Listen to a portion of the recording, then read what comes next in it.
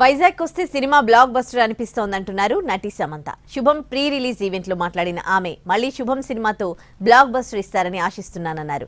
అభిమానులు లేనిదే తాను లేనని, తాను ఇలా ఉన్నానంటే దానికి కారణం మీరే అని అభిమానులకు కృతజ్ఞతలు తెలిపారు. హార్డ్ వర్క్ లాంటివన్నీ తర్వాతేనని సమంత ఉద్వేగంగా మాట్లాడారు.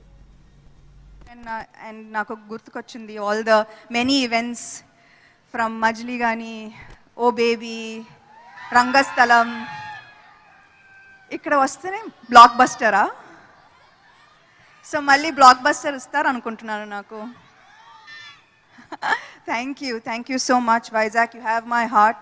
నాకు గుర్తుంది చాలా రోజుల ముందు, ఐ థింక్ ఏమై చేసావే తర్వాత నాకు ఐ డిడ్ నాట్ నో ఈ సినిమా హిట్టా, జనానికి నచ్చిందా,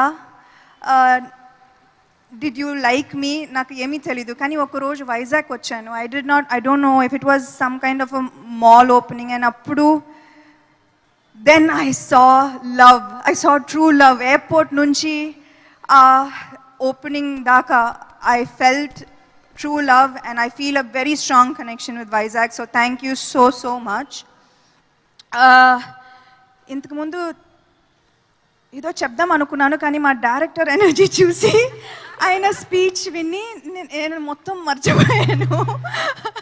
అండ్ నేను ఎంత తక్కువగా మాట్లాడితే అంత బెటర్ అనిపిస్తుంది ఇప్పుడు ఆ స్పీచ్ తర్వాత. మీకు తెలుసు నాకు సినిమా అంటే ప్రాణం.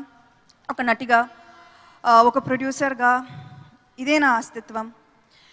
కొత్త ఆలోచనలతో అందరినీ ఆకట్టుకునే కథలు చెప్పాలి. ఆ కథలు చెప్పే అవకాశాలు అందరికీ ఇవ్వాలి.